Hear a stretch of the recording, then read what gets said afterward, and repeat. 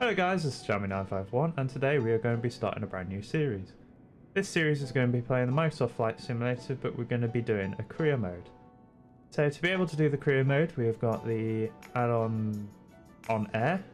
OnAir is a company manager where you can basically start your company from the ground up, hire pilots, lease, buy aircraft, fly the routes yourself, get the AI to do it, own FBOs, and basically gain your pilot's license to be able to fly any aircraft within the game.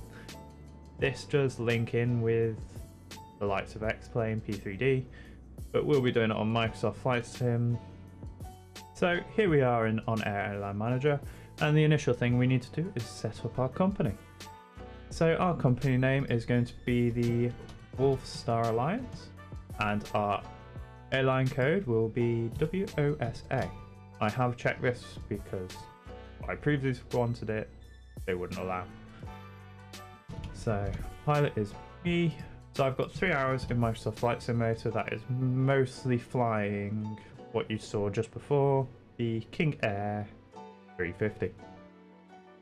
We are going to be doing our initial location at East Midlands Airport, so that's EGNX.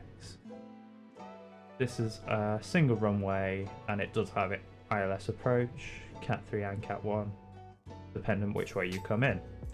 We are going to be doing the difficulty level at Classic rather than Realistic, just because I'm not used to this simulator.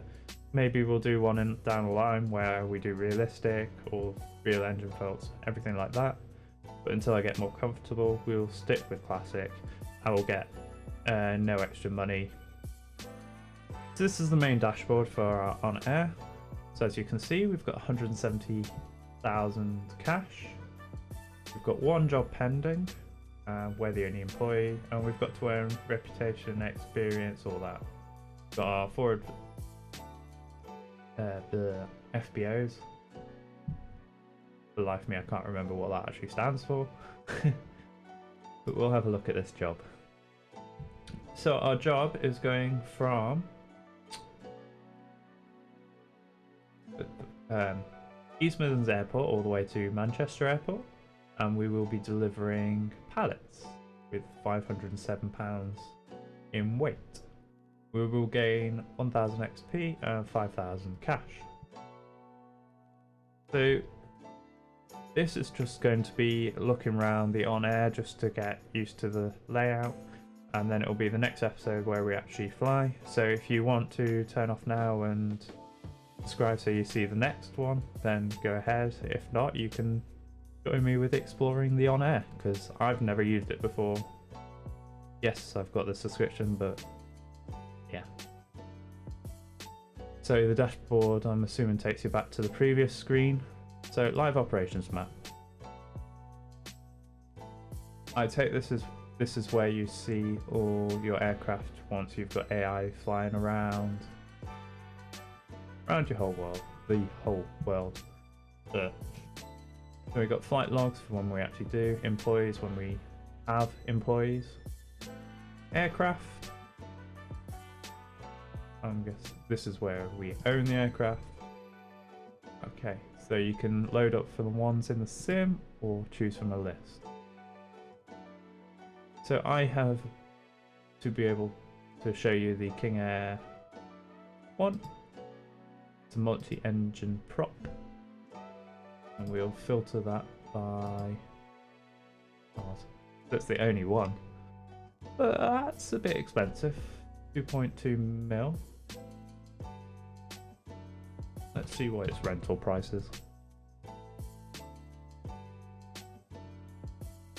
Right, the conditions on all of these is terrible, but 3,000 to rent, so that's not great.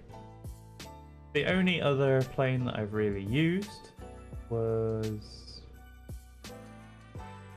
now I need to think, it was the Grand Caravan. I just knew it was this turboprop. So I'm not great with that one, but I do like the option of different seats and the weight limit. So we'll see what is around us again. So what's around us, so we're looking like between 1 and 1.2k for rental. Again, the condition of these is really poor. So if we bought one, we'd have to obviously get them back to decent shape. But that'll be in a while. We'll be renting our aircraft initially because obviously we can't afford. We've only got 170k to work with. I'm not going to look for getting loans straight away. I'd rather hold off. It's got FBOs. So we will be setting up one at the East Midlands if it allows. So it looks like there is a few here already. I'm not exactly sure how you would set one up, but oh, create an FBO. Right. I'll look at that later on, and I need to actually figure out how that actually works. But for now, we'll keep on looking. So you have skill trees. Okay. So the initial one, bank loans agreement. So I'm assuming to take out more money to be able to afford the initial aircraft or hire and get better interest rates. Negotiable aircraft ownership. Okay. Negotiate parking fees and negotiate landing fees. So hopefully that would reduce them, so you wouldn't be paying out as much, which in the long run might be helpful. The FBO's agreement. I'm assuming we need that to be able to actually make FBO. So you need fuel seller agreement to be able, I'm assuming, to sell. Workshops agreement, so that would be your repairs. You can sell repair services to others, and training mechanics probably to do bigger jobs. So passenger license, I'm assuming that's related to the job, so you're allowed to take passengers. You get boarding training. I take that that's going to be more for the bigger aircraft, the ones which can take a lot more pilots. So fuel loading speed, that because I'm on the standard, I will have to wait for all the loading of fuel, passengers, cargo, all that to be able to start my job, or the AI to start. As far as I know, AI has also got a resting period where they're not allowed to fly as well, so they've got to have rest in between flights. You can't constantly fly them, and they pretty much never sleep. Hiring agreement, that'll be needed to hire those AI, but just so there's more jobs for us initially, I am going to select the passenger license, and we'll save that. Oh, back here. Right. So pending jobs, our job screen. Again, that's our cargo. No, nothing much there. Mailbox, should be nothing. So accounting, our balance sheet. So we start off with the 170, and that is my share in it. Income statement, should be nothing on there, and expenses. So you get money from passenger services, cargo services, renting if we rent out our own aircraft, ventures and tutorials, monthly transfer, FBO services and VA. And then our expenses can be staff, cargo storage, if it's not at our own FBO, if I'm understanding correctly.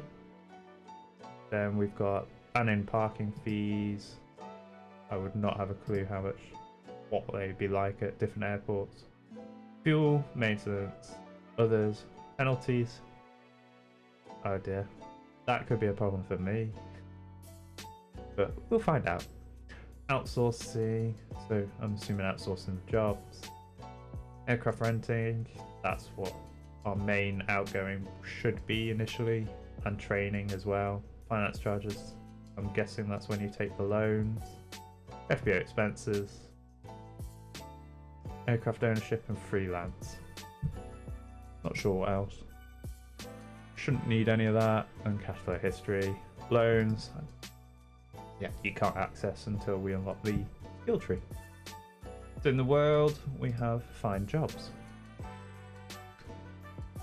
So if I just put in East Midlands just for it, oops, and then we'll query it. So this is a short haul. I won't be able to do these kind of things initially, but their pay is quite nice. The XP is a bit let down, so our main ones is going to probably be these small trips. So we'll be looking at flights like that. So some of them are worth it, business trips, but the passengers is what's that. What are these? So we have at least one job has a time constraint. There are multiple jobs. Oh, there's multiple legs on some of these. 5 legs on that. Wow. So that one, time constraint again. Ah, so these blue people are so the ones I have to fly. Everything else an AI could fly. And their time constraints again. Ooh. They're like last minute jobs, obviously. I'm not allowed to take them because I need them in the skill tree. That's fine. It's a Stani. Outstanding pay for wait. A lot of money for flying them by the looks of it. Cargo is high. Passengers is high. So you're looking at a small jet. That all, yeah. So we'll be coming back to this at a later date. We'll probably do our first flight anyway. So there we can hire employees. I'm going to, again, I know I'm using this a lot, assume that we couldn't do it due to skill tree. So we can search aircraft.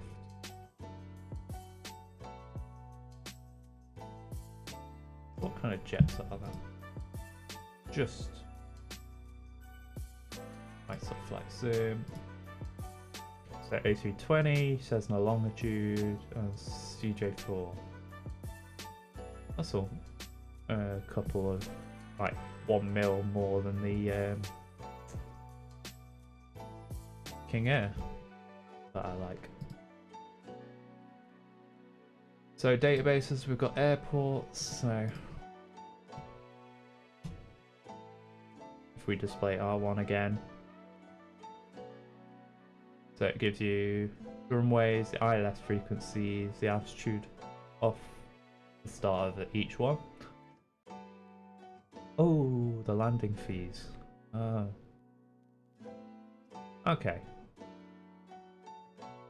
So if I did get the King Air, I'd be paying that, so 90 per time I land.